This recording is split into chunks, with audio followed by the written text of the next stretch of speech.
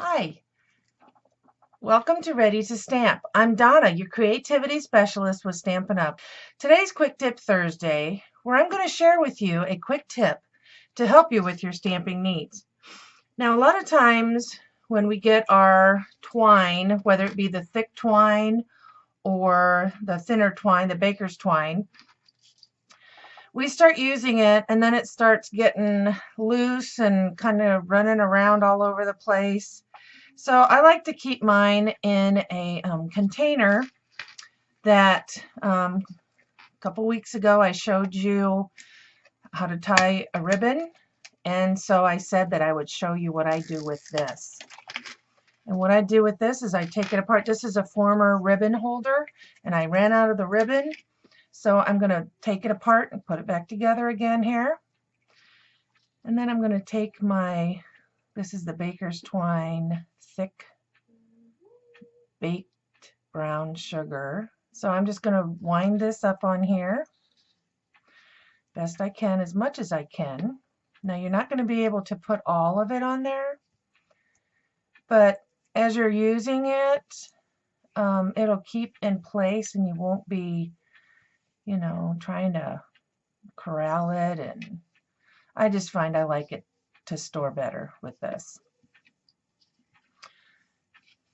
So I'm just going to wind it on here until I get as much on here as I can. Don't want it to fall off. Okay, that's good. I'm going to cut off the end.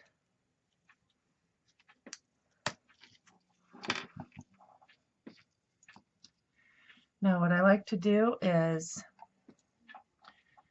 I like to poke a hole. This is our old crocodile. If you have one, awesome, but you need to find something that will punch a hole. I tried our hole punches and they're just not strong enough to go through plastic, so you need something that will go through plastic. So I kind of gauge where I want the hole to be, and our crocodile that we used to have is awesome for that.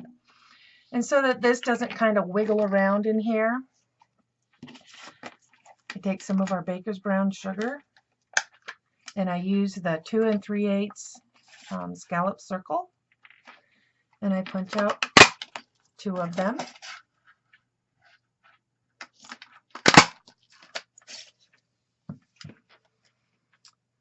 And I use my snail adhesive, put some snail on the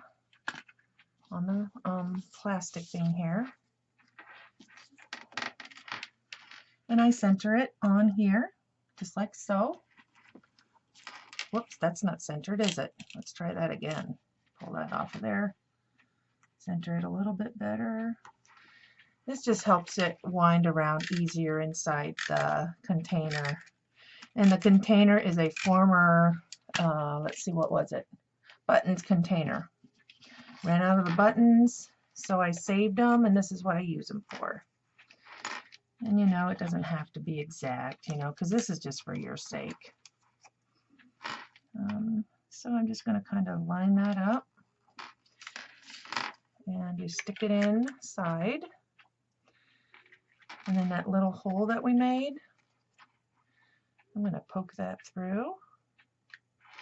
And you know what? Sometimes even on your cards when you're trying to put a ribbon through or a piece of string through a hole, I get these at any store. They're kind of like floss, sorry. They're floss. So what you do with this, poke it through the hole, put your string through it, your baker's twine, through that hole there, pull it through. See how easy that was when I did that? That was awesome. And they are very inexpensive for that. Close it up, just like so.